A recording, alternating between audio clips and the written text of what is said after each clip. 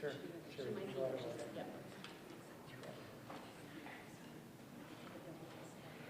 I think we may be waiting for Mike anyways to start. Yeah.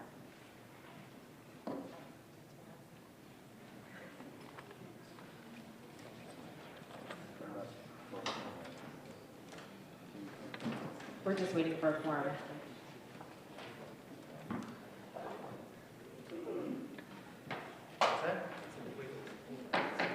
Good evening, everyone. I would like to call to order and welcome you to the Wilbraham Regional School District School Committee meeting.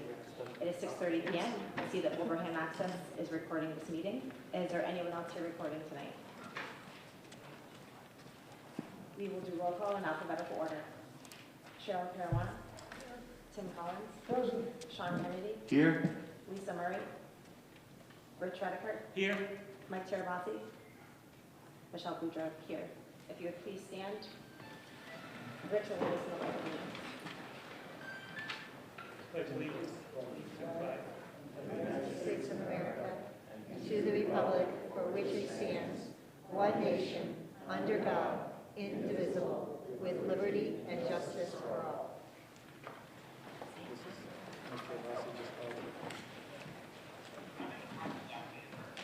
Okay. Okay, so we are going to begin with our student representative. We have Cadence Illig. Thank you. Hi. Last meeting we had talked about how we were attending bocce. We had a very successful night and all of our students had so much fun and absolutely loved it and can't wait to go again next year. In addition to that, we have open house tomorrow night where a lot of our student ambassadors and NH members are helping out with parents and getting them to the right locations. On Friday, we are attending Roundtable for Student Council where we're taking a group of students. We're going to be planning for our Hyannis trip in March where we have one of our students running for president, Lucy Hale. Her campaign theme for the year is Leave Room for One More, and her metaphor is Buna, which is the Ethiopian coffee ceremony, as a model for inclusive leadership. Okay, thank you very much. Any questions for Kaden? Okay, so we'll continue with the superintendent's update. Okay, I am going to go a little bit out of the order that I had anticipated doing this because Julia Max is here to help me with part of the presentation, and we have a phone call that she is in traffic right now. So hopefully she'll get here by the end of my report. So let me begin with the February 1st enrollment, which was 2,842 students, an increase of 5 students from January 1st. Next, I would direct you in your packet to the information about the Minnechaug AP School Honor Roll. This is a program that has existed in the College Board program for the past 3 years. Minnechaug has actually been a medalist for 2 of those 3 years.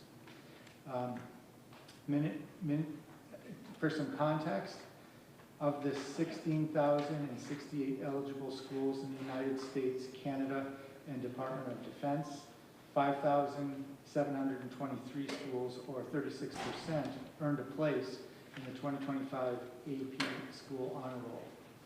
Unlike some other measures, which we've talked about in these meetings, that only consider student AP course taking and performance in grades 11 and 12, the honor roll takes into account all 4 years of a student's high school experience. To qualify for the honor roll, schools must meet or exceed criteria on all 3 metrics included in the award. The first metric is college culture.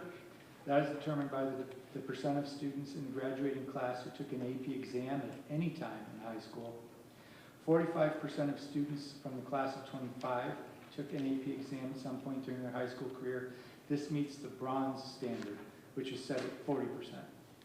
The next metric is college credit, which is the percentage of students who scored a 3 or higher on at least one AP exam. A score of 3 indicates that a student is qualified, meaning that they demonstrate sufficient mastery of college-level material on the exam. 39% of Minnechaug students earned at least one score of 3 or better. This meets the gold standard, which is set at 35%.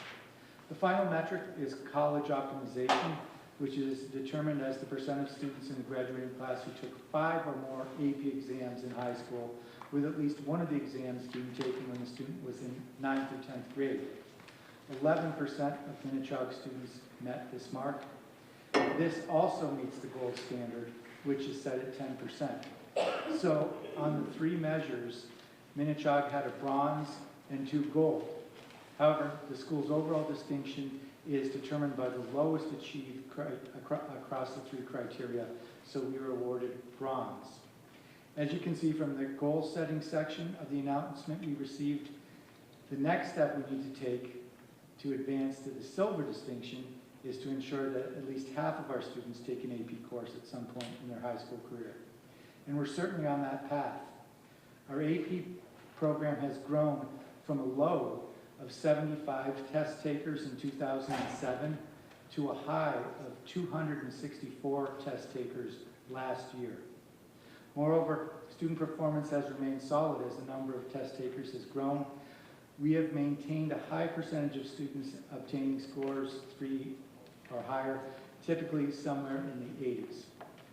The bottom line is that participation in AP courses is surging, so it's only a matter of a year or 2 until I predict we can say that most of our graduating students have experienced the AP program at some point during their career, which means that we will be moving up to silver. So congratulations to everyone who made that possible, the staff, the students, the parents who support them.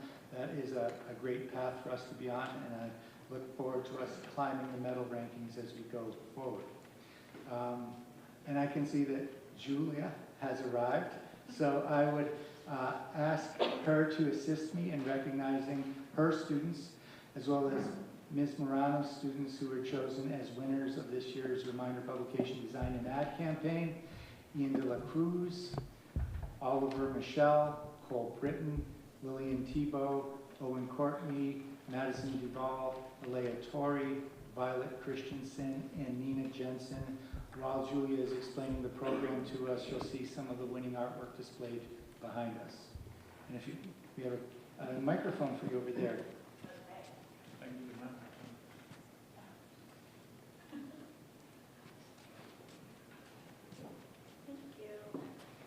There's Cole, yay! You made it. Did you get in okay? You're at the door. All right, well, this is Cole Britton. He is a 5th grade student at Sewell Road School. And this was a program that was offered, and all 5th grade students across the district participated. So there was about 300 students who created ads for various local businesses. Cole did an ad for, I have to look at my notes here, La Cucina the Hamden House, which I'm sure everyone is familiar with. And yeah, he did a really great job with this project, as did all the students who participated. Really great details in those noodles up there. Look how big they look. And the students get a chance to participate with local businesses and learn a little bit about ads and design. And the newspaper, it's an insert in the Reminder newspaper, and they have their advertising and design team look over all the ads and chose one student from each class, which each class was assigned a different business in the area. So, Cole, did you have something that you wanted to talk about your ad? Yeah? Full microphone. All right. Spaghetti and meatballs is something I really like to eat at Italian restaurants, so I thought that would be a good idea to show in the ad. I wanted people to be interested to try the food at La Cucina. I knew it would be important to make sure it was easy to read all the important information about the restaurant. I used different colors and shading to make the bowl and meatballs more realistic. I also outlined with dark lines so that it stands out and is easy to see. Yay!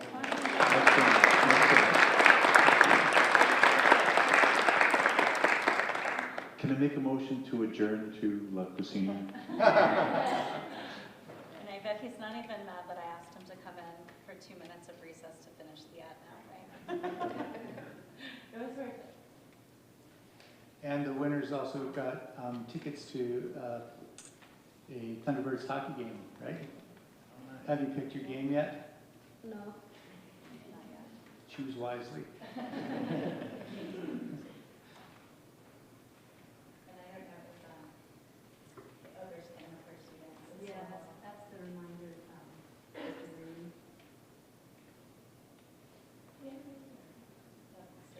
He's a really great proponent of students being involved in community arts and publishing that in newspapers. Yeah, thank you so much for inviting us to present. Well, thank you for helping me with my report tonight. I'm sure it's going to be the high point.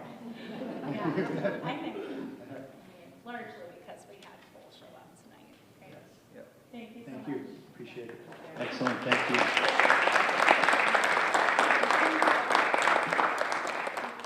And now, just to round out my report, I can share that we've submitted our Part B application to implement an advanced manufacturing innovation career pathway at Minnechaug. I'd like to thank Jack Demkowski and Jen Zara, as well as Sue Hendershon for their assistance, which was extremely helpful for completing our application. When we polled middle school families, advanced manufacturing was the industry sector that received the second highest level of support. It's also the sector that was designated as the second highest workforce development priority by the Hamilton County Workforce Board. The influence of Project Lead the Way is evident in our proposal. The academic pathway we described includes 3 Project Lead the Way courses, including Introduction to Engineering Design and Principles of Engineering, both of which already exist at the high school, and Computer Integrated Manufacturing, which would be a new course for us. Additionally, through the partnership with American International College, students could take Introduction to Engineering and Introduction to Engineering Design. All 5 of these courses are considered advanced coursework, which will help in our goal of increasing the percentage of students at Minnechaug who complete advanced coursework. So we'll find out on probably about April 15th, if we receive the designation and the funding that goes with it. Our plan would be to use most of the grant funds to outfit the computer integrated manufacturing classroom with 3-axis robots, which I actually learned what they were. At first I thought we were buying 3 robots, but they're actually robots that can move through 3 axes of motion, and a milling machine. So it's a great design. As you know, I'm an advocate of the program. I hope we get the designation, and I'll keep you informed. That's my report. Thank you, John. If you have any questions for John? Okay, so we'll continue with the Assistant Superintendent for Finance Operations and Human Resources. Doug. Good evening. In your packet is the monthly budget update from me. Fortunately, we're moving along. We're kind of in the middle of the fiscal year. It's fairly quiet, but there are a few things that I drew out to your attention relative to some areas of spending that we're noticing. It's winter, so certain areas of the budget start to show up a little bit more pronounced at this time of year. It's been a colder winter than we've had in a couple of years, so our heating line is increasing. As evidenced by 42 inches of snow in the last couple of months, we've had a lot more snow removal. So our snow budget is being tested in some respects. So we had a noticeable uptick in the usage of, or the actual spending in that budget area. Just want to bring that to your attention. We're going to keep a close eye on that. We still have resources available in that whole budget area, particularly in snow. We've got about $12,000 left, so that will go fairly quickly. And so I think we're on track. We're still, cautiously and conscientiously thinking about our budget as we go through. We have a lot of open questions because we have some things to resolve relative to our current year budget, but we haven't had anything of an individual nature that's sort of extraordinarily expensive that would cause us to be taking some action to sort of pause spending or anything like that. We're not at that place at this point in time, and we don't anticipate anything to create that situation. But we have areas of the budget that are above projected amounts, and we'll keep an eye on those and hopefully have resources in some other areas of the budget to support those as we finish out through the rest of the fiscal year. So I think I'll pause there and see if anybody has any questions relative to the current year budget.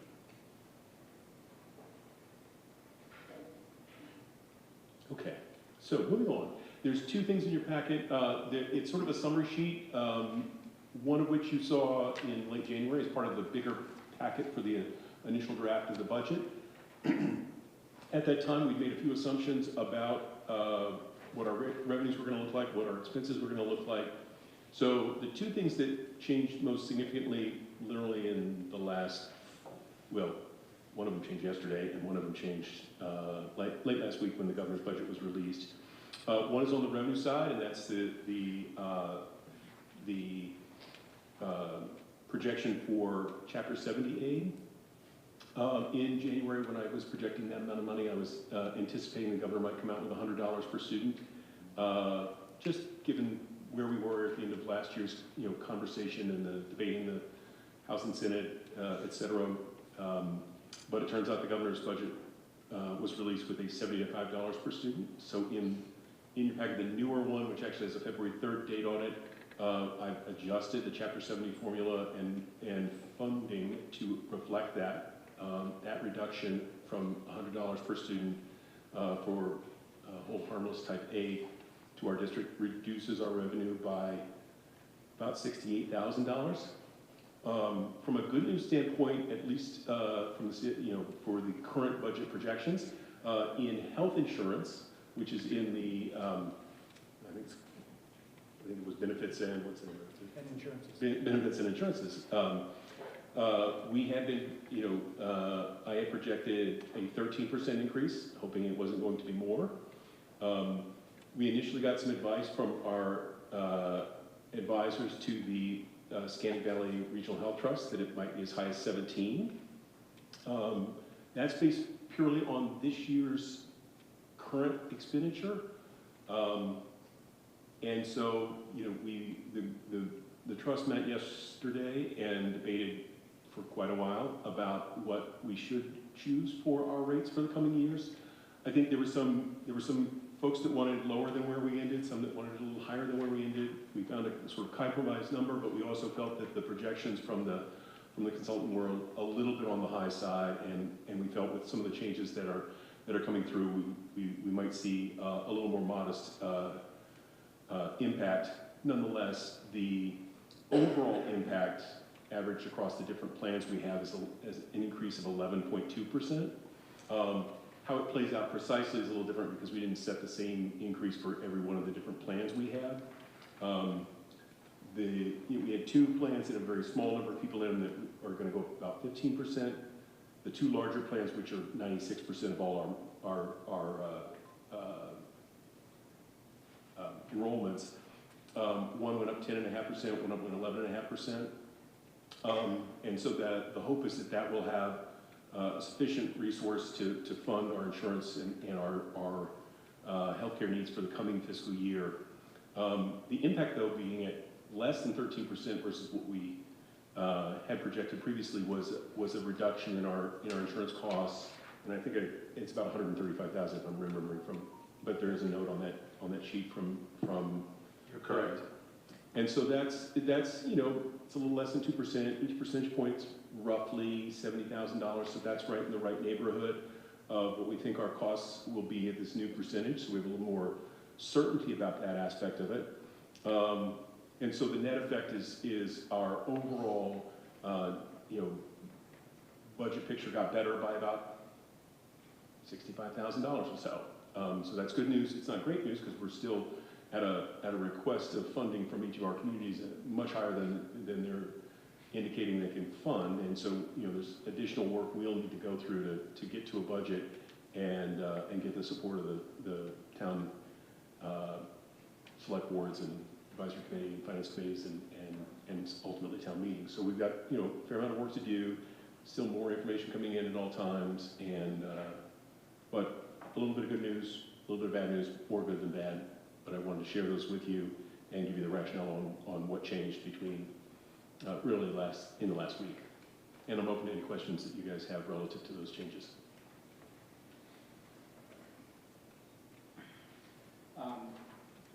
So to clarify, Doug, because I've been getting phone calls, so feedback I'm getting is that the town's think they might be in a position to fund only about half of the increase that the current budget is calling for.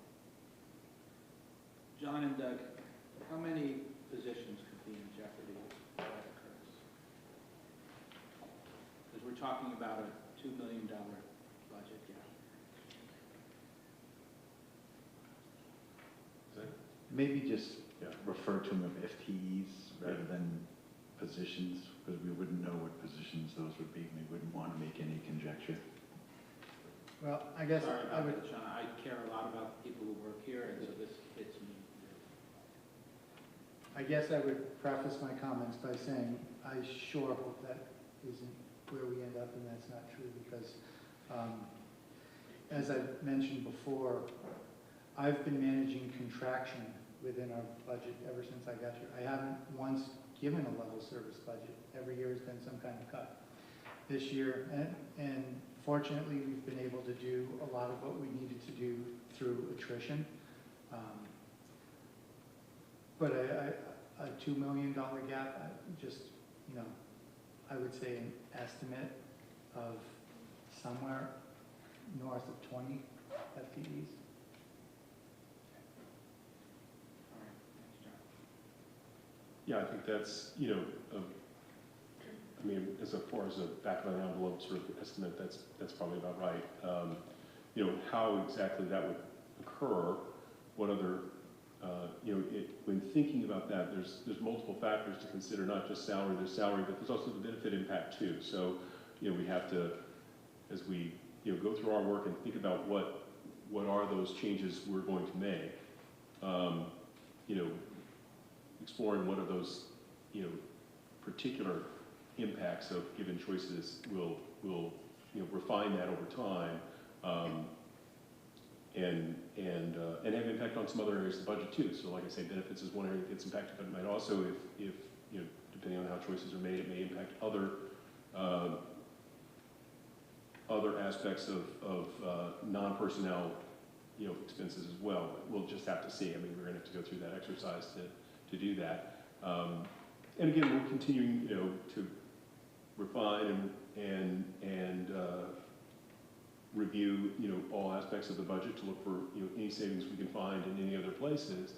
The challenge is that, the parts of the budget that aren't sort of directly students don't have a lot of movement.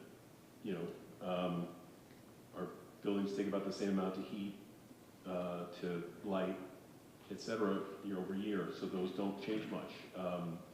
The materials we need for curriculum in our classrooms doesn't change much. We've got about the same number of students, so those things are fairly fixed in their cost. And there's inflationary pressure on a lot of those. So a lot of those go up from year to year. So it's really a challenge to find, non-personnel related things that make impact in a significant way in the budget. So it's going to be really hard, really month or so before we get down to the final sort of version that you guys vote on. Optimistically, how much of that $2 million will you be able to find? That's a good question. We'll get some, and I think I may have an unread email in my inbox from our friends at Lower Pioneer Valley Collaborative, because I think there were a few places in their budget that might have some adjustment that may impact this. But, I don't know. It's a small piece. I don't know that I want to hazard a particular guess on what that would be, but it's going to be a pretty small, sort of slice of that $2 million. If we carve out, I don't know, 150,000, that would be awesome, but I don't know if we can do that. I think also as we, there's a lot of uncertainty because we're still, working our way through with contracts negotiations with our staff, and so that's going to be a pretty critical piece of the puzzle. If it comes in differently than what I've estimated, then we'll adjust accordingly. That could go either way, quite frankly. I think we're having those honest and forthright, negotiations in good faith, and we'll see where that lands, and we'll then, materialize those particulars into this as we move ahead. So that, depending on where that lands can make a big difference in what we're dealing with. I don't think that, regardless, I don't think that will necessarily, I wouldn't even begin to suggest that, settling the contract is going to solve this problem. There is some level of reduction we're likely going to need to make. Because I think, where we are in bargaining positions at the moment and where we'll ultimately land is going to be such that, holding our staffing levels at the levels we have and projected forward here is going to be a level of resource that the towns can't just don't have the resource to support, whether they want to or not. They just may not have it to give. So there's going to be some tough choices ahead. One thing that Doug didn't mention that, I will put out, since you asked for hope, was the state budget process isn't done yet. I will share that I was disappointed by the numbers that came out in the governor's budget. Many people in this room were part of a effort to notify the governor and legislature of the dire fiscal consequences of towns and districts all across this Commonwealth. And I hoped that would generate some more positive momentum starting the state budget process, but it seems like it hasn't, because it basically started at the same place we were last year.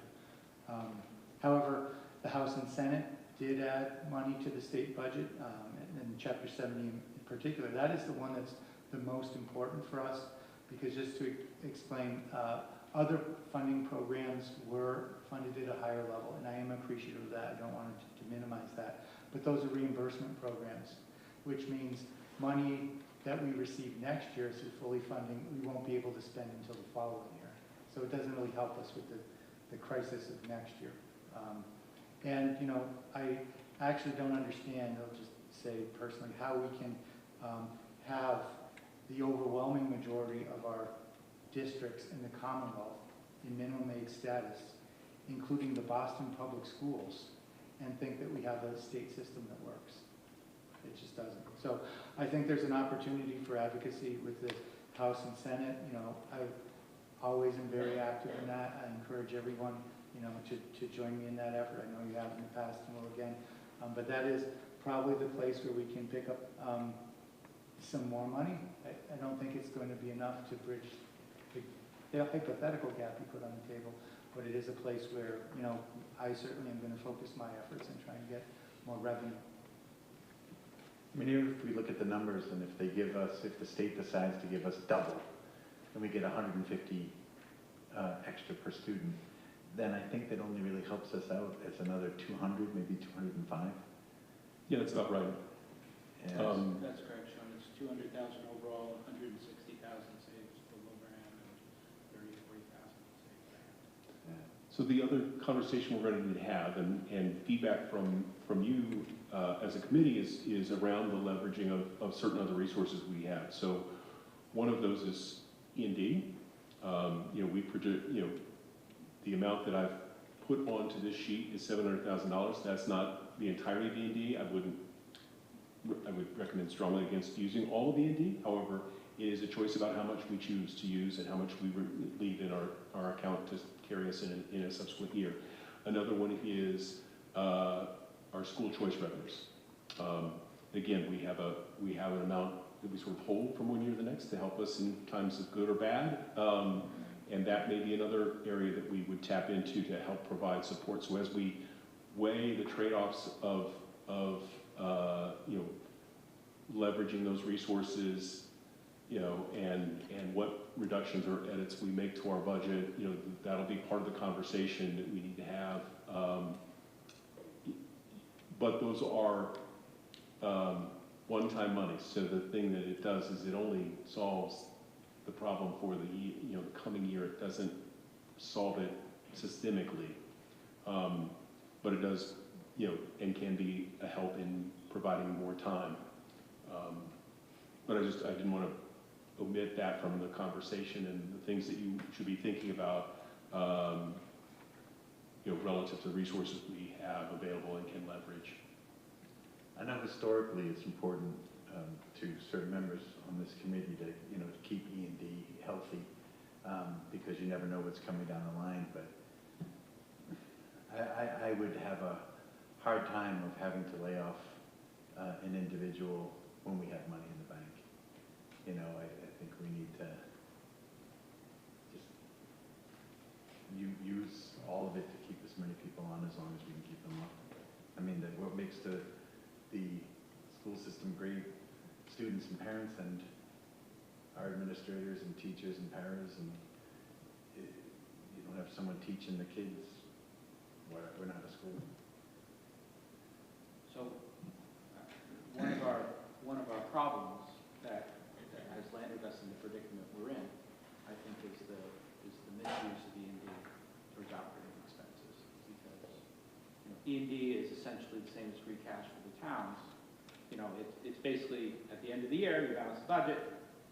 If you did a good job, there's maybe a little bit of money still left in the drawer, right?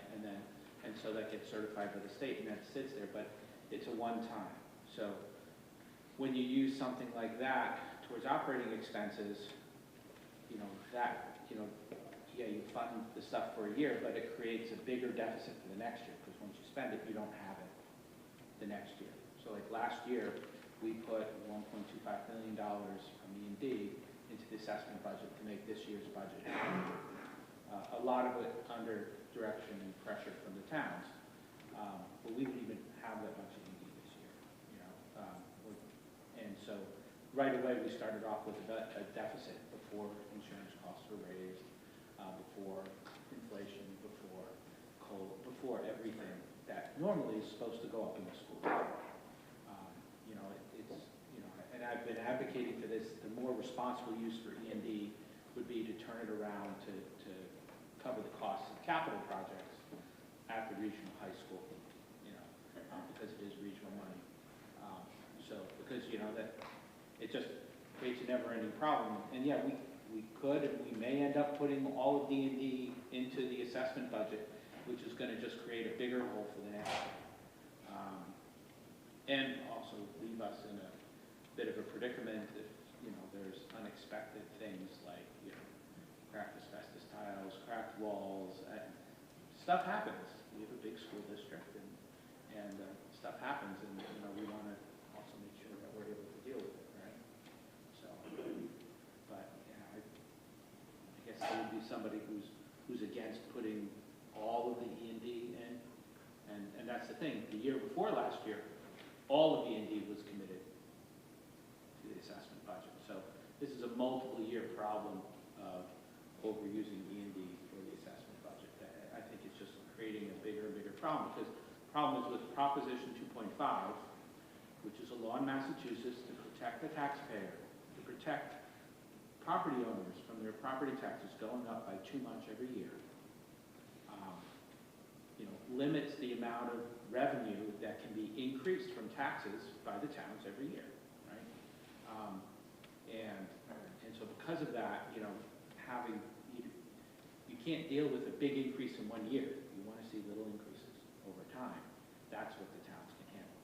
And so we just everything's coming to a head here. I do appreciate that, Mike. I do appreciate that. So just to make it clear what E&D is to everybody, we ask for a certain amount of money. The schools actually spend less than that money, so we have some money left over. So that money is the town's money. That's money they just gave us more than we actually needed. So excess and deficiencies, yeah. So you have, Mike is great. He says, hey, let's put it towards the future and stuff. But I'm saying, let's put it towards running the schools and, again, keeping everyone around us as long as we can.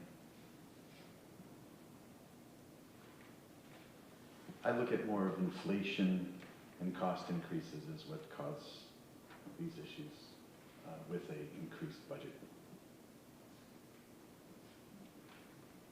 Right. Anything else? Okay. Yes. Oh, go on. I would like like to remind everybody here and who's listening at home that several years ago, supporters of public education had a question on the ballot that raised significant money.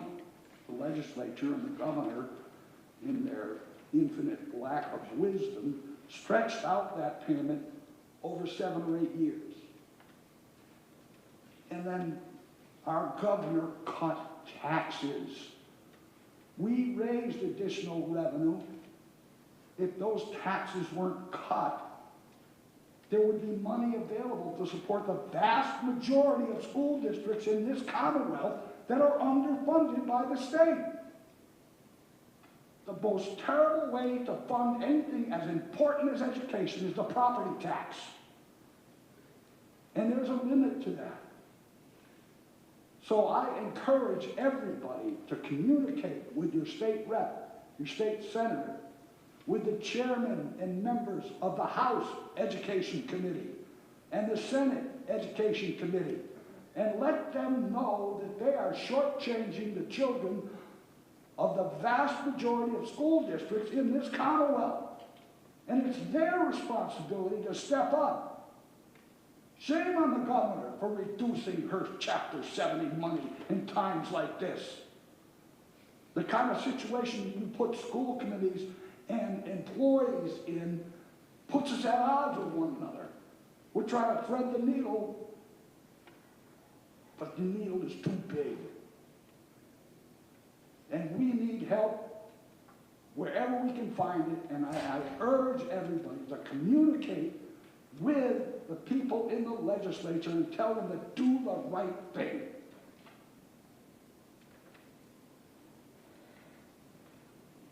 Thank you.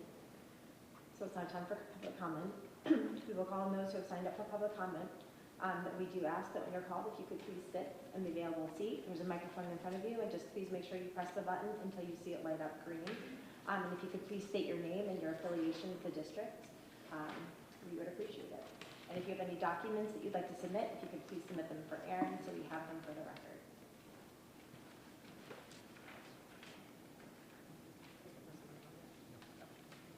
Damien?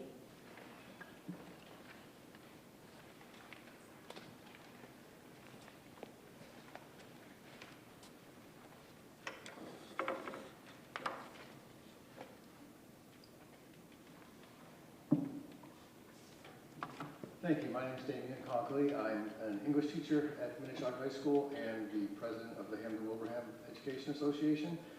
I'm here to share a report prepared by the HWA about municipal finance in our schools. As the school budget and town budgets are being developed, we need to look at history and think about values and priorities. The two parts of the report are: one, historical trends in spending on schools by the town of Wilbraham, and two, the amount of money each town has chosen not to invest in schools and other town departments that they could have. The first trend shows that the piece of the budget pie for schools has been shrinking. The second decision means that the overall pie is smaller than it needs to be. When you look at the Wilbraham budget, you see a nearly 2% decrease per year allocated to schools when you compare the most recent 8 years to the 8 years before that. The shift began in 2018. You might think 2% does not sound like much. However, when you look at the dollar amounts behind the percentages, it means the schools have received on average a reduction of over $700,000 per year for the last 8 years. Town leaders, the school committee, the finance committee, and the select board decided to set and accept budgets with a smaller piece of the pie for education. They invested less in schools. When you look at the second part of the report, you see that both Hamden and Wilbraham have collected less money from residents than they could have, significantly less money. The technical term for this is excess levy capacity. Since 2020, on average, Wilbraham could have collected over $1.2 million more per year, and Hamden over $900,000 per year than they did. Over that same period of time, Long Meadow, by comparison, has had an excess levy capacity of only $200,000 per year on average. This boils down to a choice to make the size of the pie smaller, on top of then giving the schools a smaller piece of that smaller pie. This is money, excess levy capacity, that can be collected even without a Proposition 2.5 override. Your schools and the entire staff have been working beyond capacity, and your budgets have not approached capacity. It's time for you and other town leaders to set budgets that reflect the needed commitment to public schools. Thank you.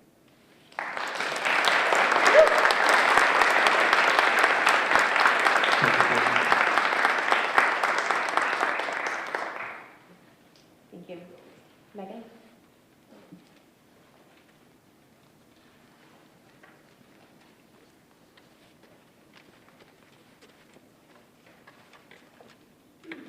Hey everyone, my name is Megan Ferrara and I am an HWRST employee as well as a resident of the town of Wilbraham.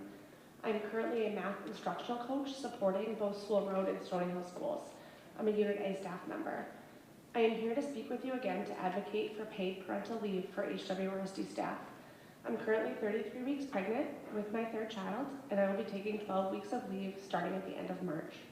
I will only have the sick time to support 5 weeks of paid maternity leave for this pregnancy, which means that 7 weeks of my maternity leave will be unpaid, reducing my salary by almost $18,000. I'm considered fortunate that part of my leave will be paid. To take a full 12-week maternity leave would cost my family $30,000. Unfortunately for my family, as well as many others, this greatly impacted our decision to have another child, when to have another child, and if having another child was even a reality for us. Educators should not have to choose between growing their own families and paying their bills. In Massachusetts, public educators are excluded from the state's paid family and medical leave program.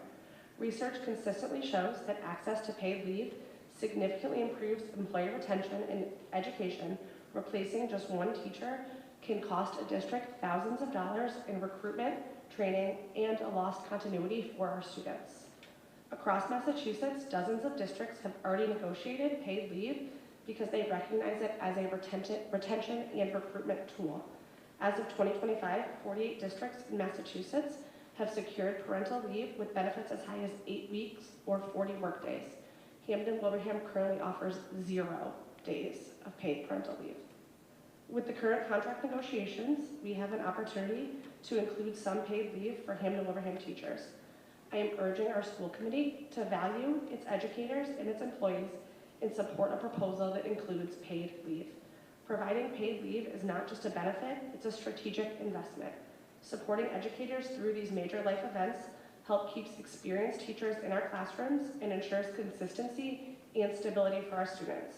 If we want strong schools, we must build policies that allow educators to stay. Thank you.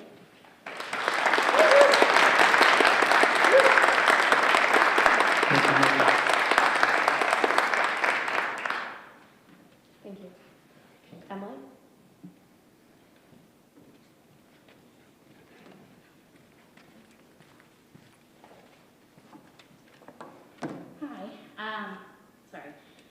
Emily Godlew. I am a special education teacher at Stony Hill.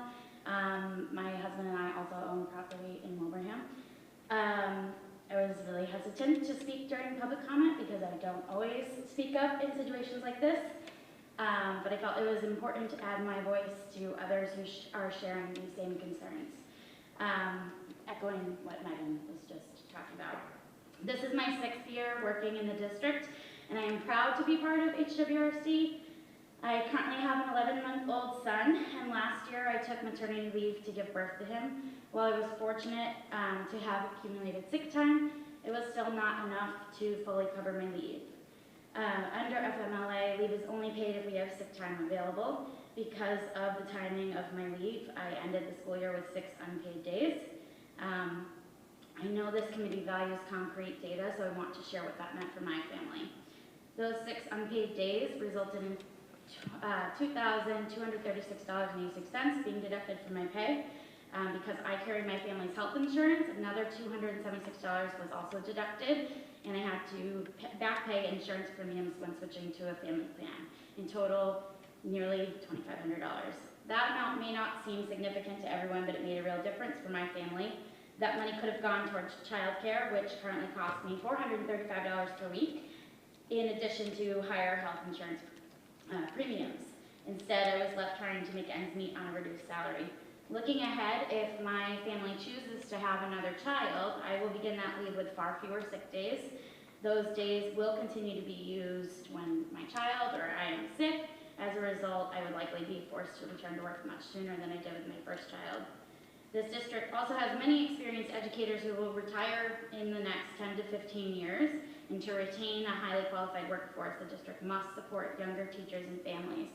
Meaningful parental leave is a critical part of that support. Right now, it feels as though young teachers are being asked to choose between their careers and their families, and that feels awful. Becoming a mother has been one of the most challenging and rewarding experiences of my life. I am a dedicated professional, but if I am forced to make that choice, I will always choose being a mother. Thank you.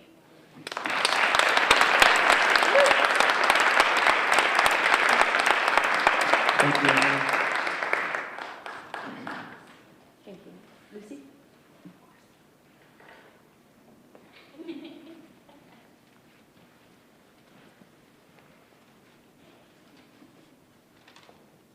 Good evening, my name is Lucy. I'm a student here at Minnechaug, and I'm also the junior class president. So I wanted to start by saying something that a lot of students might feel but might not say out loud. I didn't realize how much teachers do for their students outside of their contract until I saw it firsthand. And once I saw it, I understood just how much of our learning, our confidence, and our school experience depends on that time.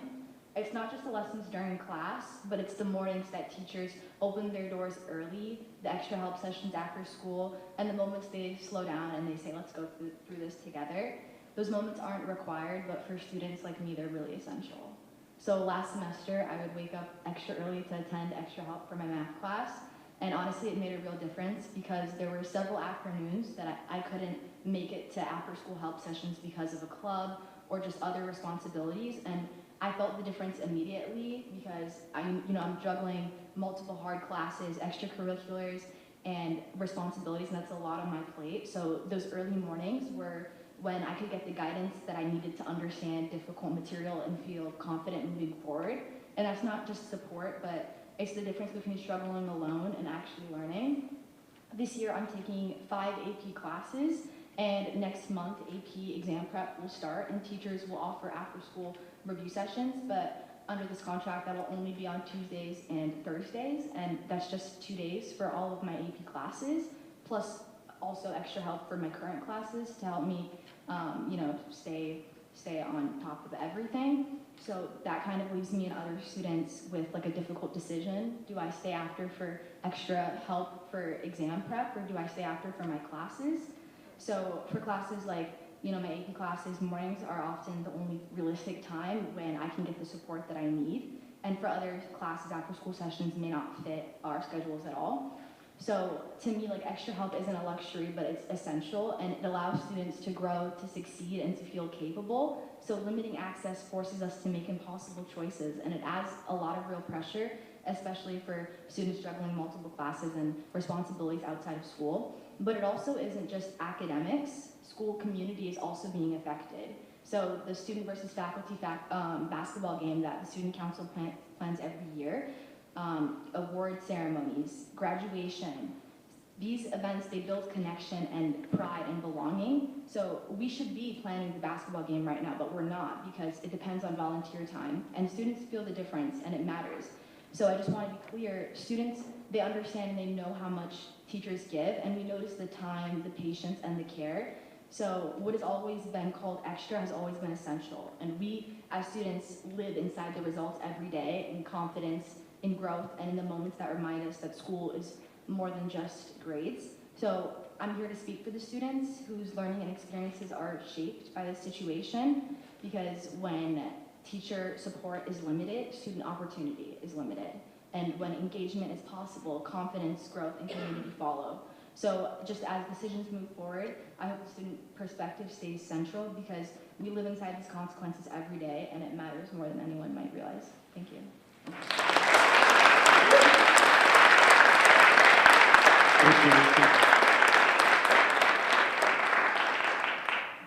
Thank you. Liz?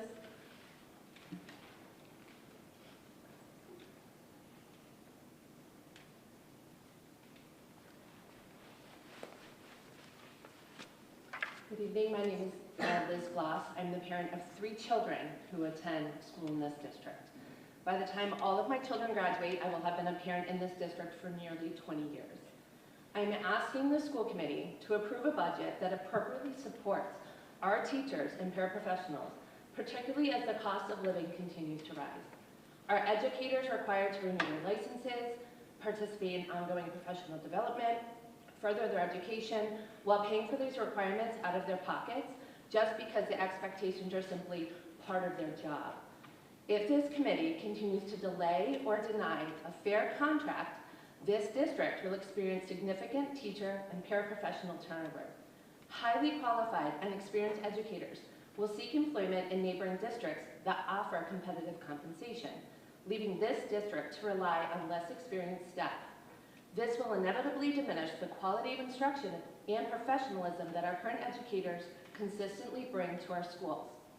As a result, academic performance will decline. State funding may be affected, and enrollment projections will suffer, as families may not choose to move to our community where the educational system may be perceived as mediocre. The Hamden and Wilbraham communities, along with our community partners, know better than to disrespect the educators who care for and educate our children every day. These professionals teach our children to read, write, communicate effectively, develop critical skills, become responsible and compassionate human beings, from their first days at Mile Tree and Green Meadows to their walk across the stage at Symphony Hall. You were elected to this committee because the community trusted your leadership. Please do not let us down. Our community, our educators, your educators, deserve a fair contract and the compensation that they rightfully earned.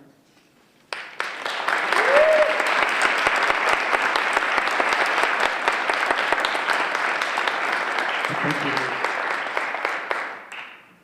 Thank you. Anthony?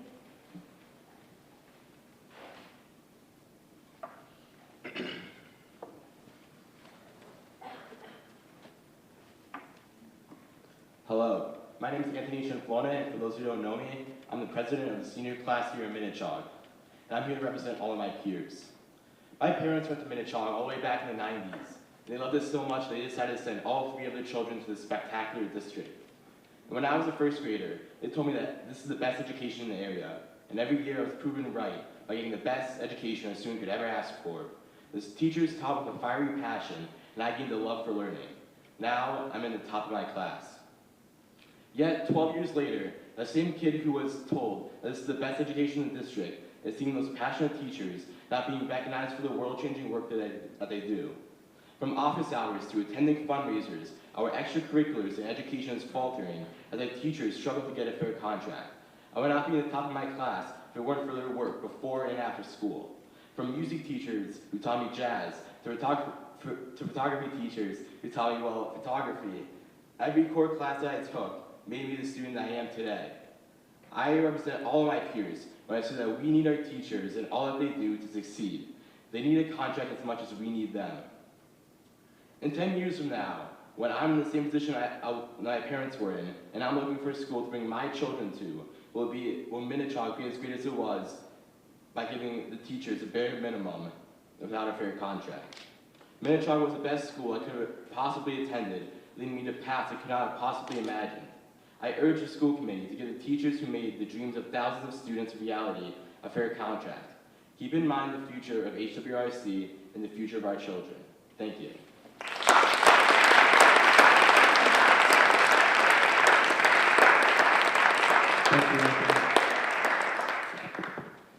Thank you. Keegan?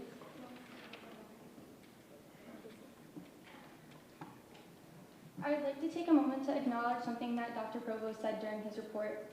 I can't remember the exact numbers he had said off the top of my head for the amount of students taking AP classes and exams in 2007 compared to 2025. However, it's not just the students' performance causing them to take these classes. The dedication and work our teachers put in are a large reason for this. Dr. Conkley, for example, was the first teacher I had taken an AP class with. He used big words such as performance tasks, and they made me intimidated to take the class.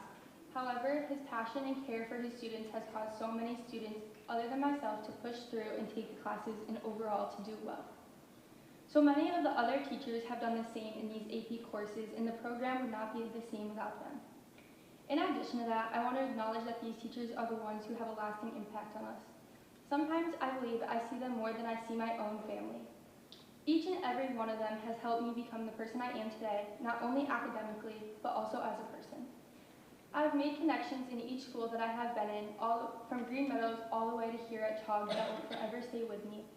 A few staff members to name that have impacted me are Ms. Walulak, Ms. Manuel, Mr. Newell, Mrs. Caphone, Mrs. Lipinski, and Mrs. Manning. Now that is only 6 staff members I named, but I can keep that list going on and on forever.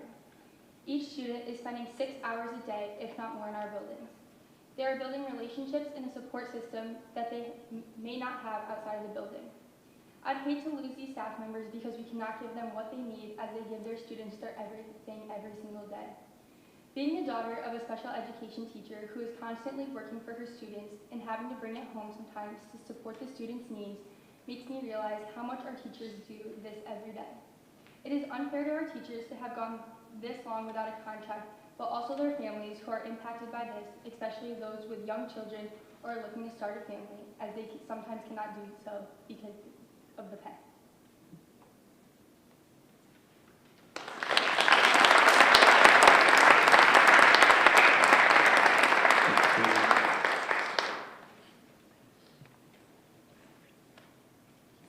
Is there anyone else here that is interested in making public comment that did not sign up?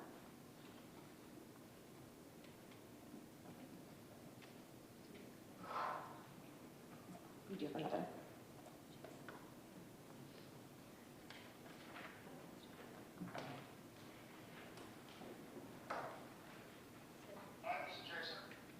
Hi, Jason.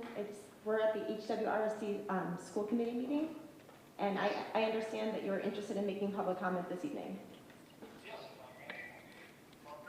Okay, and if you could just state your name and your affiliation with the district, and then you're free to speak. Okay, perfect. So my name is Jason Grondin. I am a longtime resident of the town of Wilbraham. I grew up here, attended school here, and I am now raising my 8-year-old daughter in this district. I am here tonight because I care deeply about the long-term health of our school system and by extension our community. I want to start by saying this clearly. My goal is not to take sides or inflame tensions. My goal is transparency, accountability, and a fair outcome that protects both our educators as well as the taxpayers of this town. Right now, what's missing from this process, as I can see it, is transparency, not just generally, but across the entire arc of negotiations. Residents deserve to understand what the initial ask was, how it has been renegotiated, and where things currently stand. Without that context, it's impossible for the public to fairly evaluate whether the positions being taken are reasonable or not. Along those same lines, I believe residents deserve clarity around the actual salary budget involved. The only public data that I was able to find earlier today shows that HWRSD salaries at approximately $17.5 million back in 2021. So if we were to use that number purely for illustration purposes, a 3% increase would amount to roughly $525 grand. So if you spread that across the 14,600 so households that pay taxes, that equates to about $35 per household a year. In my opinion, I think that's more than reasonable, and people would agree that $35 a year to support educator retention and stability is more than fair. Even if that was spread across a couple of years, I don't think anyone would bat an eye if that were used to keep high-quality educators here. Frankly, at the same token, I believe there's plenty of funds likely that exist elsewhere in this budget to absorb some or all of that cost without placing the full burden on us taxpayers. So I think that's something that really needs to be looked into. It's also critical to recognize that even the modest salary increases may not actually move educators forward financially. The sheer cost of living has increased year after year along with healthcare and other costs. So when we talk about raises, we're not often talking about teachers getting ahead. We're talking about what they can simply avoid moving backward and break even. At the end of the day, this comes down to respect and sustainability. Our teachers deserve to be treated fairly and paid a wage that at least keeps pace with the rising costs of doing their jobs and living in this community. If we fail to resolve this responsibly, the consequences will not be immediate. They will be a slow, lasting damage. We will lose highly qualified educators to other districts, and families will choose other towns to have their children in a stronger district. Possibility of property values, enrollment, and long-term strength in Wilbraham could suffer. I'm asking that the school committee, the finance committee, and any other committees that are involved in this decision-making process to prioritize transparency and to clearly explain the financial realities involved so that the public and everyone can work together to make an informed decision that will work well for all the parties involved. Strong schools are not an expense, they are an investment into our future and our children's future. I appreciate your time, and I am happy to have further discussions offline if so warranted.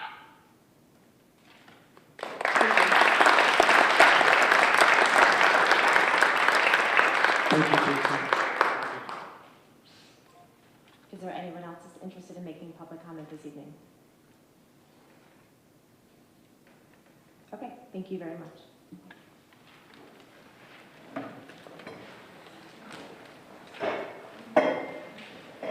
So we will continue with new business, the MASC annual conference, the student council field trip vote.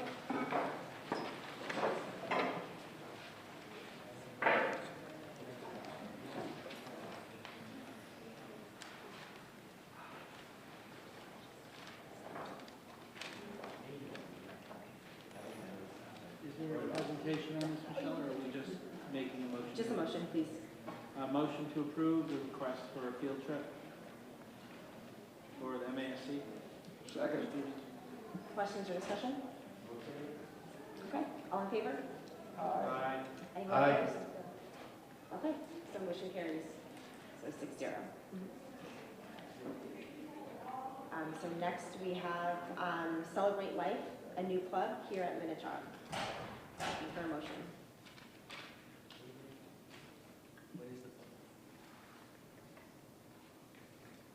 I think there's a description.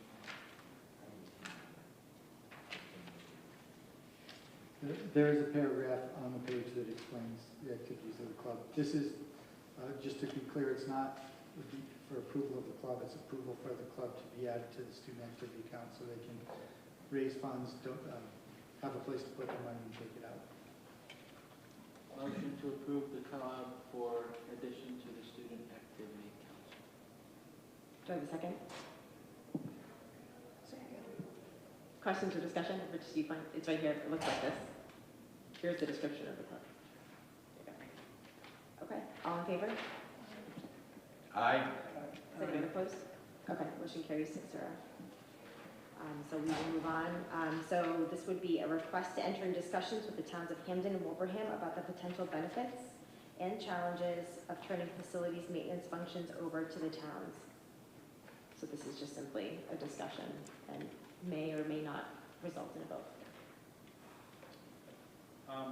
So this proposal was made by representatives from Wilbraham FinCom at my last Finance and Operations meeting, pointing out that we have certain skilled personnel under the employment of the school district that the town doesn't even have for the care of their buildings, and some of them they hire from outsource, and so the town was wondering if there might be an opportunity to pool resources, save money, you know, and in particular, they were thinking that it might be better for the personnel to be employed directly by the town, and then they would be distributed to provide service to town buildings, school buildings, At the time of the meeting, in terms of the Wilbraham buildings, I think it's pretty straightforward.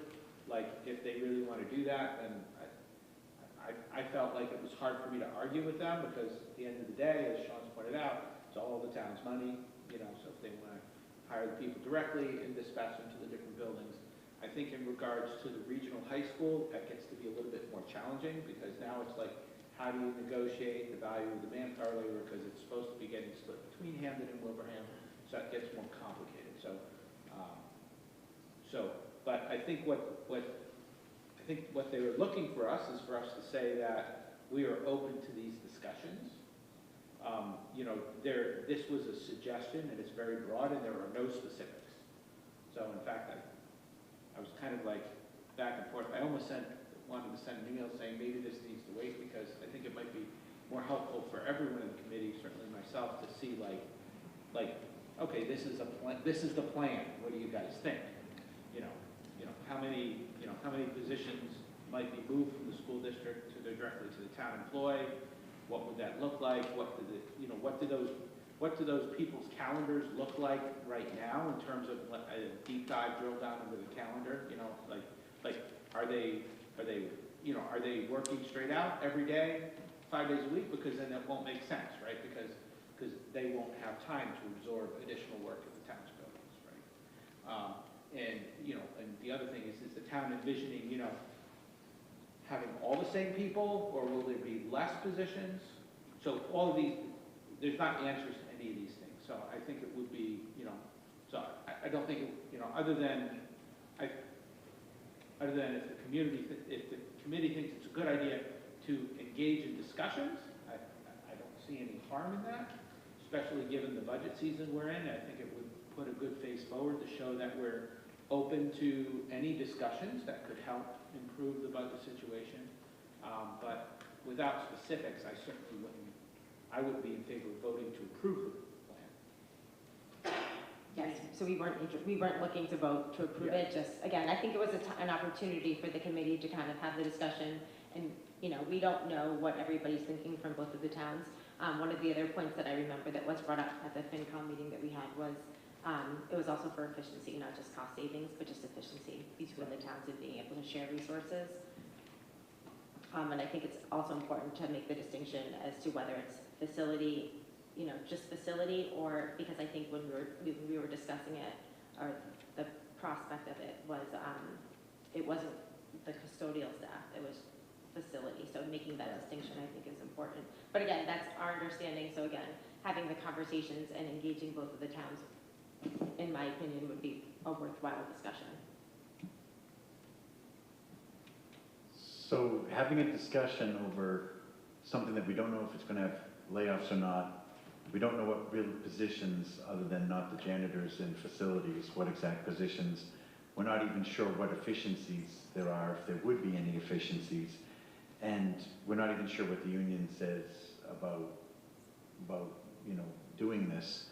So basically, there is no plan. So it's just an idea. So I would say, if the towns want to put something together, put together a feasibility study, figure out what the costs are, what the costs would be, what positions exactly, come up with an actual plan, then that's something we can talk about. But right now, it just seems like an idea that someone came up with, and man, that would be great, but it's like, well, would we save any money? Would there be any efficiencies? Why don't we why aren't we sharing resources now? Yeah, I guess there was something mentioned about that we have our own HVAC people. Why don't we work something that, like we have teachers when they do extracurricular activities, they get some money from that. Why don't we work something that maybe to be a lot cheaper than the town's hiring an HVAC people to use our HVAC people? Maybe our people get, a little extra or something like that for the extra time that they would put in. I would say let's look at sharing resources first. I mean, I know we talked at one point about having a grant writer, and have a grant writer that would work for the district and also help the towns as well. And we'd be, working to generate some money, and they were not interested in those efficiencies. And that sharing of a resource, but this is something on a much larger scale than just one person who's a grant writer whose job it is to bring money to the district. This is people that fundamentally maintain our buildings. And I had mentioned before in one of our meetings that, you know, Wilbraham does not have a really great record, and, you know, I'm not so sure about Hamden about maintaining the buildings. So I love the idea of sharing resources. I think that's something that we should do in any way that we can. But to actually do something so drastic as to take our employees that take care of our facilities and have them working for the towns directly, and then are they going to make it like a group that can be across both towns? Or is these positions going to go to Wilbraham and then Hamden's going to get these positions? And are they going to be able to work in other towns? It just seems like it's an idea with no clear efficiencies, no clear direction, no clear plan.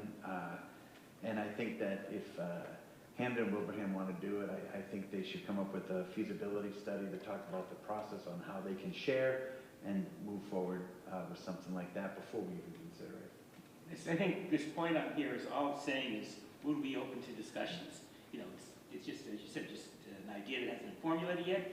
But if we say, nope, stupid idea, they wouldn't bother discussing it. So I think, yeah, if they come up with a good plan, I'd be for it. So why not let them discuss it? That's all. I think it's all it's asking. It's not asking. I believe they can discuss anything they want to. They don't need to tell us what they want to discuss. I mean, I see no plan, so I don't see any reason to do this. I like the idea of sharing resources, which is something we can do now and we don't. Maybe that should be a first step. I don't know, something as drastic as that. I think I need to see how that's going to benefit let discuss it. They can do whatever they want. They don't need our permission to discuss something or not. They can discuss whatever they want, and they do. I think what they're asking for is, if they come up with a good plan, would we be amenable to it, or we just say, forget about it, we're not interested? Then it's a waste of their time. We'll look at any plan that any towns come with to do anything with our district. Right? It's simple. We'd have to discuss Well, it. look at something.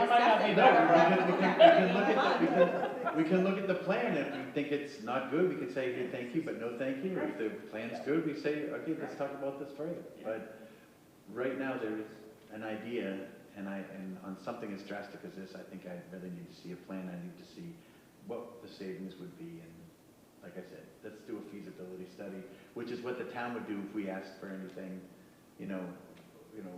for, changing any of our buildings or changing our structure, whatever. They want to see a feasibility study. So I think that would be the best thing to do in this if they really are serious about it. I would err on the side of caution of going into anything monetarily until the contract's on.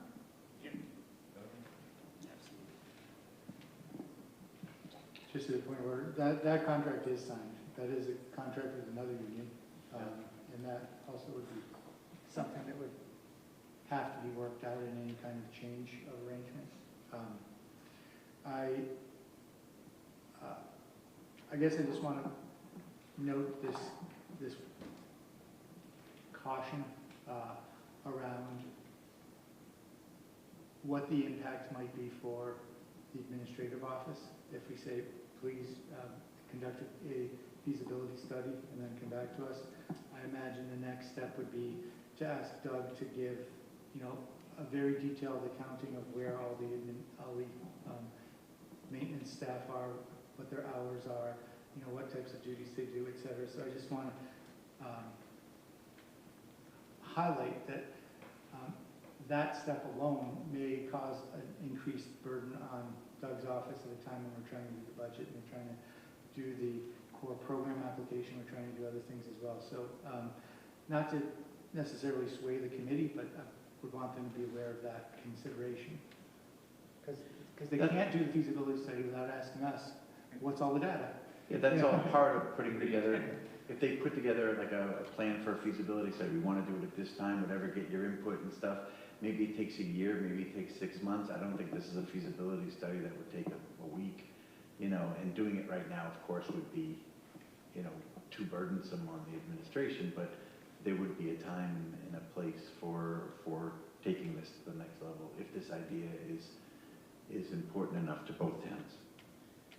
John and Doug, how many people do we have employed, excluding janitors, for buildings, maintenance, HVAC, currently in the school district? We should ask that when I was negotiating a contract, because I knew it better then.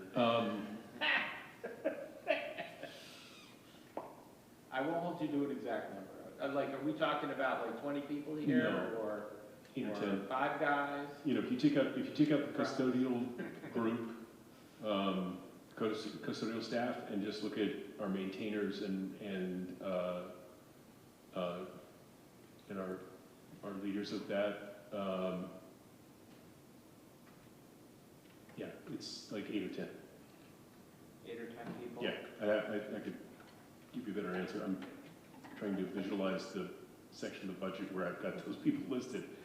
And I think it's, yeah, about 8 or 10 people total.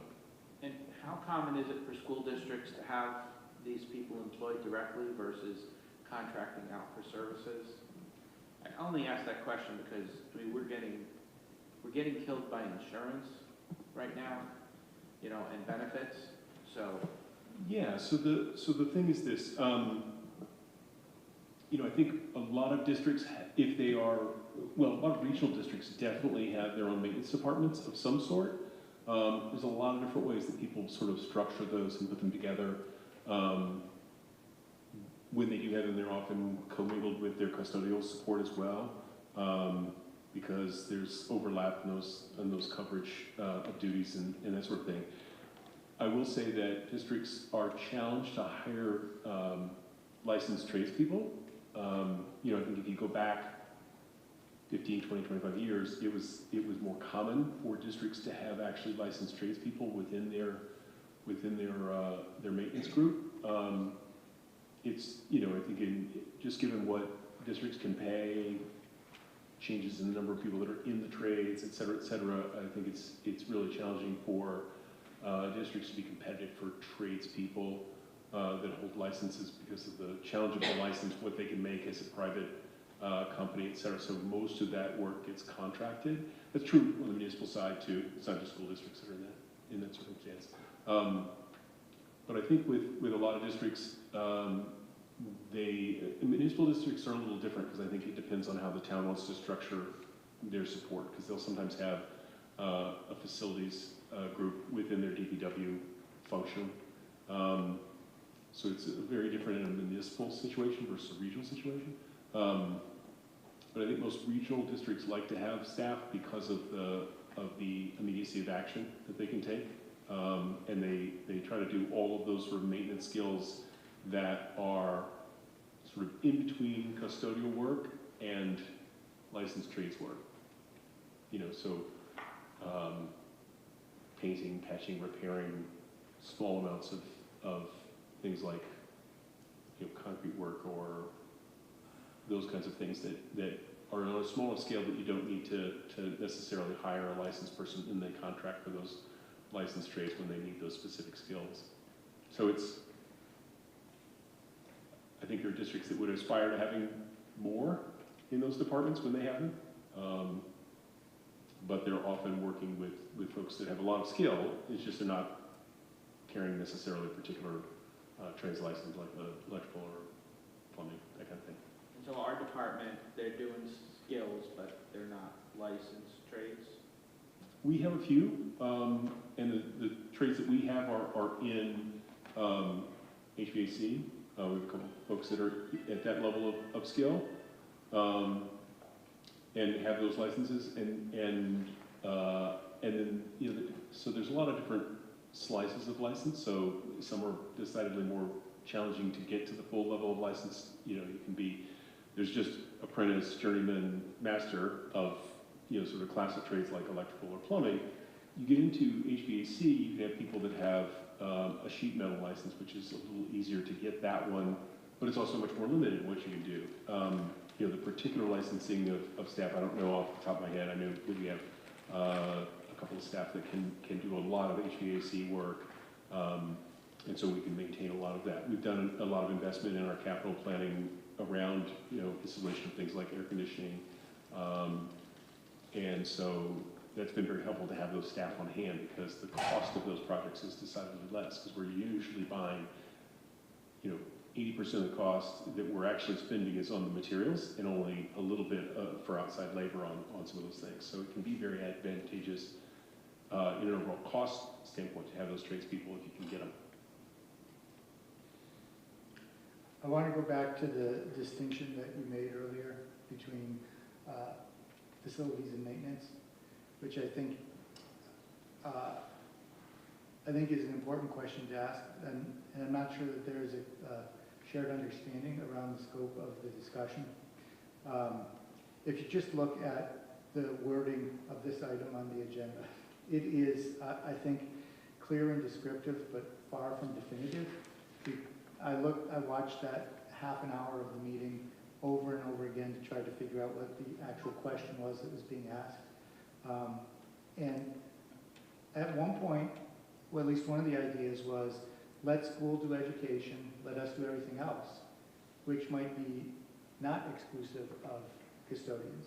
So I guess one of the questions I have at this point is whether they're asking about those types of, I guess I would say, more specialized skilled staff that we have, or whether they're talking about all staff that are involved in the maintenance of the buildings. I believe at the Wilbraham town level, they've outsourced all of janitorial services. I don't like the idea of outsourcing services. I like the idea of having our own people. But where we are in the budget, if changes along those lines would allow us to retain more FTEs in student-facing positions, it might be, I guess what I'm getting at is it might be good to start looking and having some more details on this stuff that we have to have more discussions on. I think it would be helpful to have the discussion rather than sit around this table and wonder what they're thinking and say, we can sit around and do this all night long, but I think that's why it's important to engage in just a discussion. No one's signing any contracts. Nobody is, doing anything wrong. We're just trying to better understand what each town is thinking, what limitations there are, and then we can decide if we want to proceed or if we want to cease discussions. So I think this is just, is there a willingness on the school committee's part to sit around this table another night, have a discussion with both towns and kind of flesh this out so we're not wondering. As long as it doesn't involve more work on our administrative part. Nope, because we're just going to sit at this table like we are tonight, and we can sit and engage in conversation and have some civil discourse. So I think that would be really helpful. I think exactly a professional plan they need to come with some kind of plan, but also we need a third-party feasibility study because we don't know what the cost savings and stuff are going to be. And just as an important note, and I think this is what everyone's been saying around here, is that the reason that we have these people working for the district is because we need these people. So, there's a lot to this, but what is really disturbing me about this whole process is the lack of what even the ask is.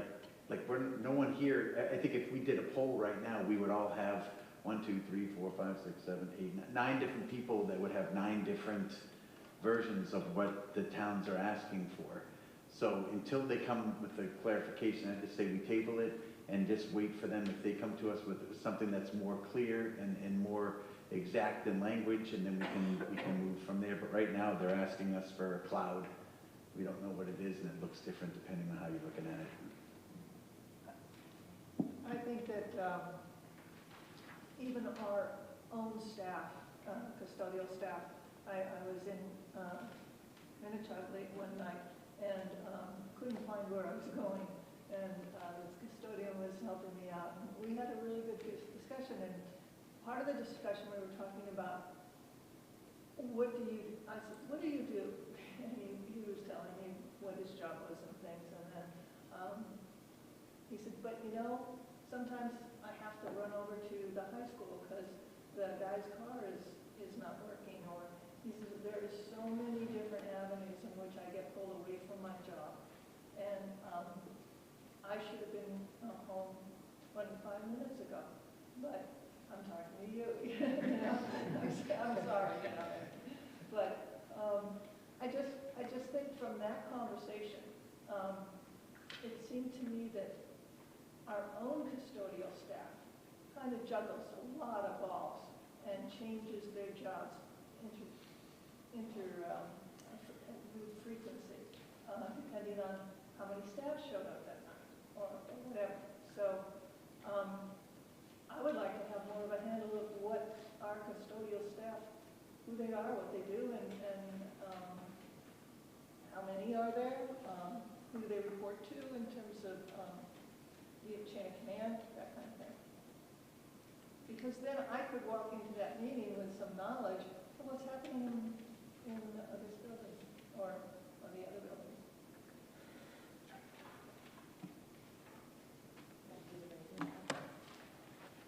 Thank you, Cheryl. Move the question. I just think there's a total lack of knowledge on my part right now of what they're asking for. I would like to, if we're going to have a discussion, I would like to set some parameters. It has to save money in our budget. The control. I mean, Sewell Road, you know, they lost heat there. We put our employees over there to do the best they could. But if the employees are no longer in our control, would they be working on some other town property and not willing to give us immediate help with, you know, something when the heat goes, you got to have heat in the building. And they're our employees, so we set the priority for them. If they're no longer our employees, what voice do we have in setting the priorities of what work is to be done, when it's to be done? So I have a whole lot of questions. I have no problem having a discussion, but I think we ought to go in there with some parameters that we don't want an extra burden put on our people. And we do want to have control over when we need something, we want it to take a priority because our buildings are full of kids.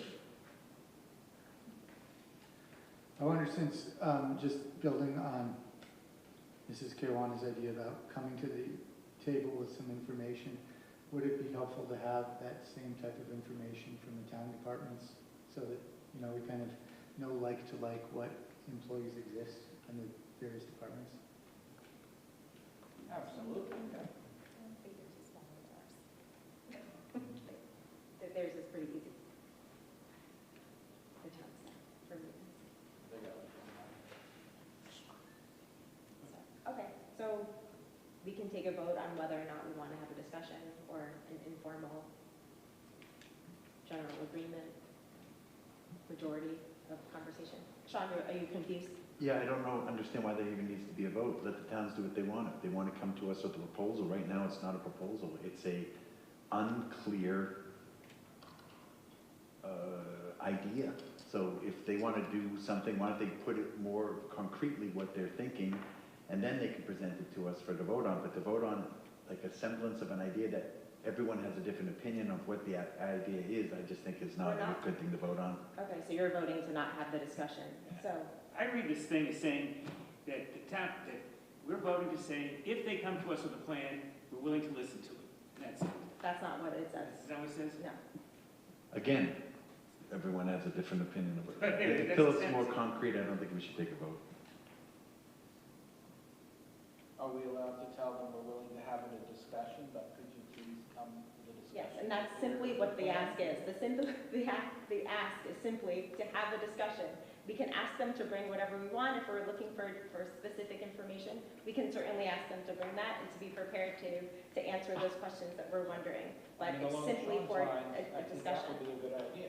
I would like a plan before we have a And there discussion. typically is, and that would be If like they an could send agenda. us a plan, and then we can talk about it here, about what the plan is, and then we can talk to our constituents about it, and then flesh it out ourselves, then we can have a discussion if it's something we're interested in. But I just think that having a conversation, it's like, I want to know what the plan is. You have to be in a discussion to know what the plan is. They probably don't know what the plan is. Exactly, why are we having a discussion about it? No one They knows. just, it's like a brainstorming session. Honestly, I'm suspicious that they were maybe hoping that our HVAC people would be able to help them with the HVAC stuff in the town building. So why don't they just ask, can we Okay, share so some resources? we are going to, what is our final, we're going to move on from this item. So is the committee interested in having the discussion? Okay, by show of hands, who is interested in continuing and having the discussion to better understand what the towns are interested in doing and what their idea is and hearing about their plan? I'm an open-minded person, I'm I'm always happy interested. to listen and have a discussion. Okay. And for the record, so are the two of you opposed to having the discussion? No, I'm not opposed. I still have questions. Sure. Yeah, And the until- questions, until I that's going to read be welcome to something, the conversation. I don't know what it is until I read something. Okay, perfect. All right, thank you very much. We will continue this at a later time. So that was, yeah, not a, okay. That was a what? Well, there are 4 people that were interested in having the discussion, and Tim has more questions, so he'll bring those questions to the discussion that we're having. And so, yeah, so 4 people voted for yes. Correct. No, this will be at a school committee meeting at a later time. And it won't be at our next meeting either, probably. No. Okay, so we will continue. So now we're the side letter of agreement regarding psychological assessments.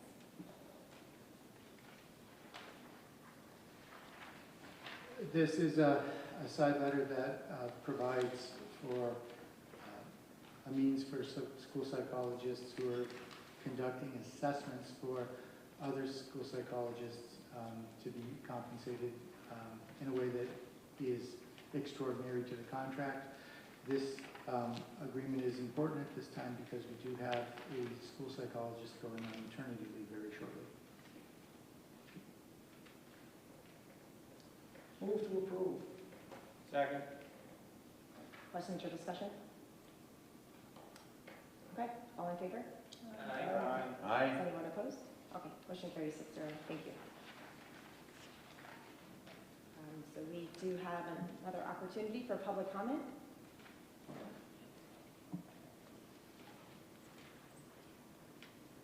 Surprise, it's me. It's not about libraries. We will ask that you reintroduce yourself. Again, every week, you guys, it's the Georgina series. Anyways, it's a totally different subject. Georgina Trevi, library media specialist here. And one of the, I said that wrong, licensed library school library teacher. Georgina Trevi, licensed school library teacher at Minnechaug Regional High School. But I have a totally different question. In corporations, when you have a big corporation and they have different smaller ones underneath them, they often buy and sell from each other. When you're talking, what I've gotten from this is the only trade that has popped up in all this discussion is HVAC, and you know I have a personal interest in that. So one of the things that I'm wondering is if they have a need in the town and they need our HVAC person, why can't you contract that person out with them and they pay you, but not at the rate of outsourcing it, and therefore you still keep control, which is, Tim's had a great point with that. And then you just kind of work it out that way. They win and you can win at the same time. I don't know, just make that part of the conversation. You can't answer it, but corporations do it, why can't we? And also, I think it's kind of interesting, we're trying to bring the trades more into us, and now we're having trade talk. So we're kind of going back to the old Minnechaug building. It's kind of interesting. Anyways, there you go. Thank you. Thank you. Thank you, Georgina. All right, so we'll continue with the subcommittee updates. Lisa is not here for the curriculum subcommittee. Planning subcommittee. Do you want to do that? Sure. So, and I would invite anyone to jump in here and help. There was a planning committee meeting last night at which I presented the latest version of the revised or restated regional agreement between the towns. I'm referring to this one as the version of the agreement after the district was directed to enter the core program. And the changes that were made are respective to the discussion that took place around the core program, or at least as I understood it. So, directing your attention to page 6, the only changes made On page 6,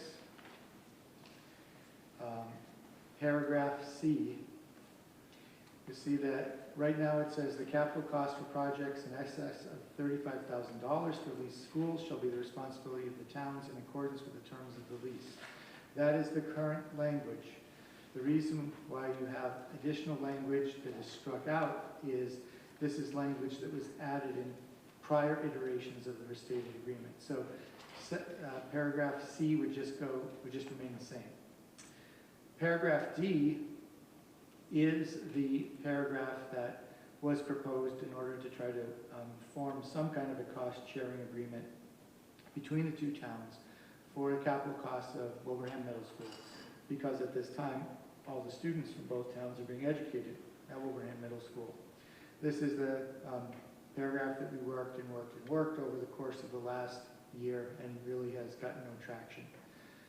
The next change is in paragraph E.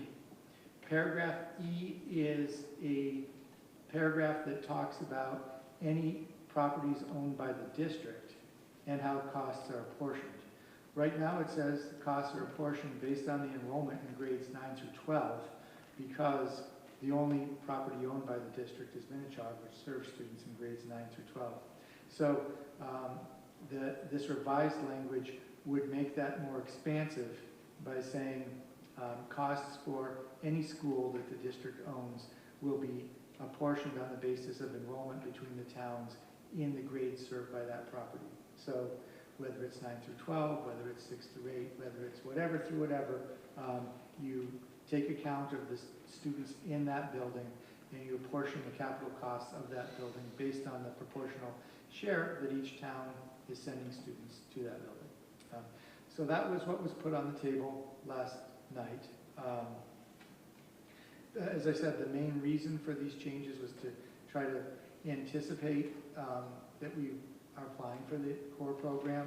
We may be invited to participate in the core program, and at that point, we're going to need some mechanism that explains how the costs of whatever addition, renovation, or rebuilding is done through the core program. So we wanted some expansive language around that. I think there were some concerns expressed last night by representative from Wilbraham about what happens if we are not accepted to the core program, or if we're accepted to the program and we decide not to accept their invitation to participate, or if we go through the whole process, do a feasibility study, get a project, and then the voters fail to support the project. In which case, you know, we're back to status quo, which is where we are right now. I think the concern was, you know, first twofold maybe. One, is there a way to deal with cost sharing under those different contingencies that I just described? And also, is there a way to deal with the current building while it may be in a transitional phase, going from a town-owned building to potentially a district-owned building? The Wilbraham representative said that he was going to have a conversation with Nick about that. He did send an email later that night to both Nick and me. I followed up today just to let Nick know that I was present at the meeting. I think I have an understanding of some of the issues and would like to engage in the conversation with him, because the representative also said this probably should be an administrative discussion at this point, because these are really technical questions rather than political questions at this point. So that conversation is scheduled to take place tomorrow. I will point out that it sort of meshes or overlaps, if you think of a Venn diagram, with part of my conversation with Attorney Sweeney on this. One of the questions he had, I asked him to review this language to see if the approach made sense to him. He thought the approach makes sense. But one of the questions he had was, when should legal counsel for the districts re-engage with legal counsel for the towns? I think part of my conversation with Nick tomorrow will be to try to firm that up. Because if there is further adjustments to the regional agreement that maybe says, in scenario A, here's cost sharing, here in scenario B, here's cost sharing, or whether we do some other side agreement that just deals with this very specific issue of the core program. It might be good for the school committee attorney to be a part of those conversations. So I think that would be my suggestion. And that essentially is what happened last night. Oh, I should say, also we did express a desire to move forward and try to get something on the regular town meetings, because if we have a successful application to the MSBA, we will find out next, like December or January, whether we're accepted into the core program. And we don't want to be at that point trying to figure out how the finances work. I would like to add on to that, that there was even talk about who's going to pay for the feasibility study. You know, it's $1 million study. So the towns... It might be $2 million. Or it might be $2 million. Okay, let's say a big, large sum of money that we don't have to spend for the district. So we would need that to be paid for by both towns. And I'm not even sure that both towns would be willing to pay that. So when they entered into the core project for Minnechaug, the school committee voted to borrow the money for the feasibility study. And then that loan was rolled into the debt that was incurred for the building of the building. We could do that, but then if the town decides to bring it, have a town meeting, bring it to vote and stuff like that, and then it doesn't pass this, then it doesn't pass. Yeah, So but in this case, I think the towns would be supportive of us doing that. That's not the impression I got yesterday. So I would just say, like, I think... We didn't have representation from both towns. We didn't have representation from both towns. Hamden, was not able to send somebody, but Wilbraham, and that was a question about who's going to pay for this study. So I think that they need to work out some kind of memorandum of understanding. That's what we were talking about yesterday. I guess you're having a meeting on that tomorrow, just to see if the towns can come up with a plan to say that, hey, that they approve that. Is that incorrect that they're meeting tomorrow about that? Or? No, they're not. Well, they're not. I'm having a conversation, I'm sorry, if I may, having a conversation with Nick tomorrow just to recap what happened at the meeting. As I said at the meeting last night, it would be important for Hamden to be a part of that too, because it really wouldn't be, we may be like a observer party to the MOA, for lack of a better term, but it's really an agreement between the towns. Right. So I'm just saying that it seems to be that there are some hurdles that, big hurdles, fundamental hurdles to this agreement that we haven't ironed out between the towns. I don't think towns have come up to a solution to these problems as well. And I think until that happens, we're going to continue to have issues. We haven't confirmed our next meeting date, so we will keep everyone One updated. quick thing, if I can mention, at that meeting that we're having this discussion, can we send an invite to our facilities people so they can be a part of that as well and understand what we're talking about? For planning? For the discussion that we're going to have with the towns about taking over the facilities and such like that. If we could have the janitors and the facilities people and stuff, invite them to the meeting as well, I think that would be...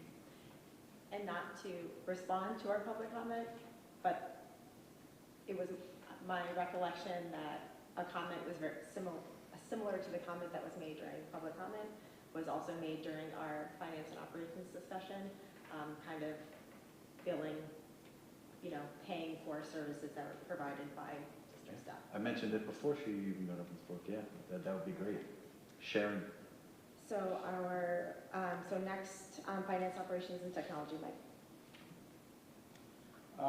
We have not had a meeting since the last school committee. We have one coming up on Monday. Correct, Karen? Well, we have next Wednesday, the 11th, going to Wilbraham FinCom at the police station, and then Thursdays with Carol, the 12th. So the 11th and 12th, and then the Monday. Oh, I'm skipping to the last week of the month. Oh, Yeah, okay. It'd be the other Monday, So there are meetings of capital and budget coming up with FinCom. So where we plan to attend, and we're going to post for both of those? I believe everybody from your, yes. because We'll have enough to post? I'll post for both meetings.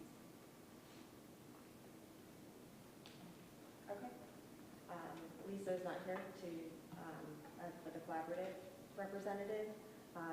Negotiations, the only update I have is that our next negotiation session with the mediator is on February 23rd at 3:30. I have a question about that. How often is negotiations meeting right now? Like how often? Is it like bi-weekly, monthly? We don't have a set meeting. It really depends on, like, for example, for right now, since we have entered into mediation, it depends on the mediator schedule. It depends on the mediator's availability. It depends on the availability of the negotiation subcommittee, and then it depends on the schedules for the union representation. Isn't it also supposed to be weekly, as the document says for the subcommittee assignments? It says meetings frequently weekly during negotiations. It can be, but for right now, since we're in mediation, if the mediator isn't available, we can't meet. Not to go backwards, but back to finance. I think the finances are a lot tighter and more significant on the Camden side this year than Wilbraham. Do we know of meeting dates on the Hamden side when Hamden Advisory is going to be discussing the school budget and discussing capital that we want to add to our calendar to make sure we're there for them as well? I think, Erin, did they give you dates? Sorry, who? Advisory, did we? No, get dates yet? no, Okay. not yet. We can get those for next week. And Cadence just are additionally, so it's the mediator schedule, so that will be the primary, driver, but also then, again, it has to do with the schedules of everybody at the table, so it's to coordinate can be challenging.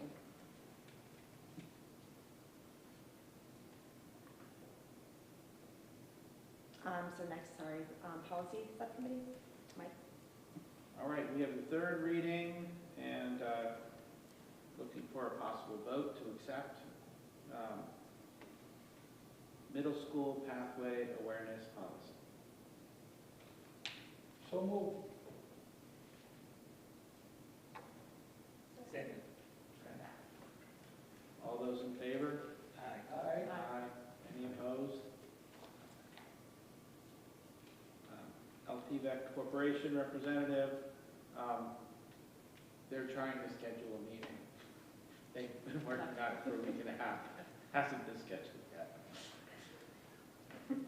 Keep us updated. You got it. Our policy meeting, we're going to have to be on so on with Jonathan, who will be on the 12th, but Rich is traveling, so I don't know if we'll have a forum. Right, I wanted to, this is an important policy meeting, so I think that it's important that everyone's there. I mean, unless you want to do so. I'd like to be there. I was No, available no, no, on no. 10th, But I mean, no, I think it's important for you to be able to participate so we can reschedule. yeah, that's good. Yeah, all right, so we'll start an email chain to reschedule the next policy, because a lot of people need to be there, legal, the police, so.